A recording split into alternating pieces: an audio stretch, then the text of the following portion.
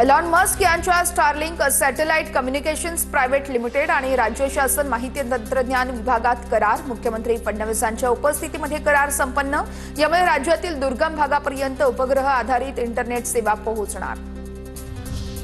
स्थानिक स्वराज्य संस्थांच्या निवडणुकीतील आरक्षण आणि सीमांकनाच्या मुद्द्यावरती दाखल याचिकांवर आज सुनावणी। मतदार यादी संदर्भातील 4 याचिका मुंबई उच्च न्यायालयाने फेटाळल्यानंतर आता आज 38 याचिकांसंदर्भात सुनावणी होणार। एप्रिल महिन्यात वयाची 18 वर्षे पूर्ण झालेल्या रुपिका सेनची मतदार यादीत नाव समाविष्ट करण्यासाठी मुंबई उच्च न्यायालयामध्ये धाव। तर यावेळेस जुलै 2025 पर्यंत असणाऱ्या नव्या मतदारांच्या यादीमध्ये एप्रिल महिन्यात 18 वर्षे पूर्ण झालेल्या रुपिकाची मतदार म्हणून नोंद नाही। निवडणूक आयोगाला रितसर उत्तर दाखल करण्याचे मुंबई हायकोर्टाचे आदेश। नवी मुंबई विमानतळाला अतिवृष्टी पूरस्थितीचा धोका संभवू नये यासाठी उल्वे नदीचा प्रवाह मोहा खाडीत वळवला। नदीच्या रुंदीकरणामुळे पुढील 100 वर्ष विमानतळाला जलसंकटाचा धोका नसल्याचा CWPRSचा दावा।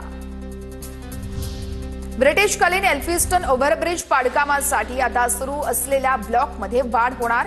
महारेलकडून पूल पाडण्यासाठी 78 दिवसांच्या मेगा ब्लॉकची मागणी। मात्र आता यामध्ये आणखी 6 ब्लॉकची भर।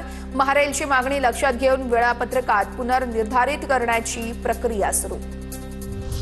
मुंबईमध्ये पालिकेकडून 4 नवीन कबूतरखाने सुरू करण्याचा निर्णय। मात्र मुलुंड कबूतरखान्याला ठाकरेंच्या शिवसेनेचा विरोध।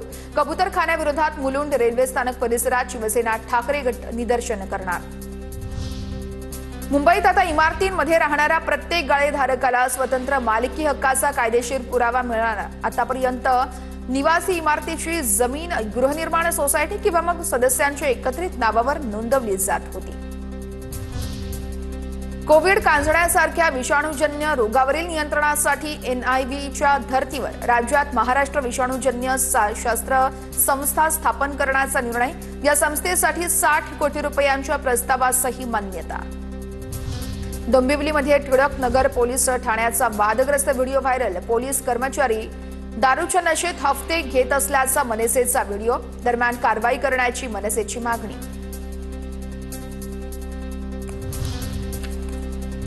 पोलीस प्रशासनासह पुणे पालिका आयुक्त कसबा मतदारसंघातील विकास कामांची पाहणी करणार। स्वच्छ सुंदर आणि विकसित कसबा अभियान मिशनच्या पार्श्वभूमीवरती आमदार असनेंसोबत आयुक्त पाहणी करणार।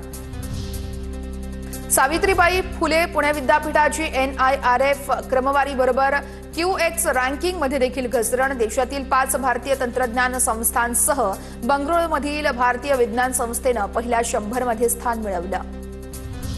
सावित्रीबाई फुले पुणे विद्यापीठाचा प्राध्यापक भरतीच्या अर्जासाठी मुदतवाढ। उमेदवारांना आता 8 नोव्हेंबर ते 7 डिसेंबर पर्यंत अर्ज करता येणार। राज्यातील 5वी आणि 8वी सह 4थी आणि 7वी इयत्तांसाठी ही शिष्यवृत्ती परीक्षा घेण्याचा निर्णय। त्यानुसार 4थी आणि 7वीच्या शिष्यवृत्ती परीक्षांसाठीचा अभ्यासक्रम राज्य परीक्षा परिषदेकडून जाहीर। पुण्यात इमारत पाडकामासाठी नवीन नियमावली जाहीर। कार्यकारी अभियंत्याने पाडकाम व्यवस्थित पार पाडल्याचं प्रमाणपत्र दिलं तरच बांधकाम व्यावसायिकाला नवीन इमारत बांधण्याची परवानगी दिली जाणार।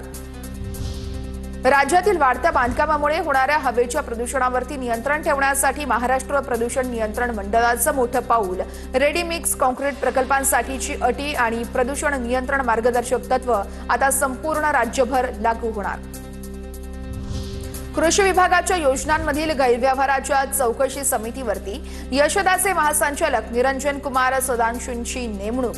माजी सनदी अधिकारी उमाकांत दांगट या समितीनं मुदतीत अहवाल सादर न केल्यामुळे राज्य शासनाकडून नव्यानं नेमणूक।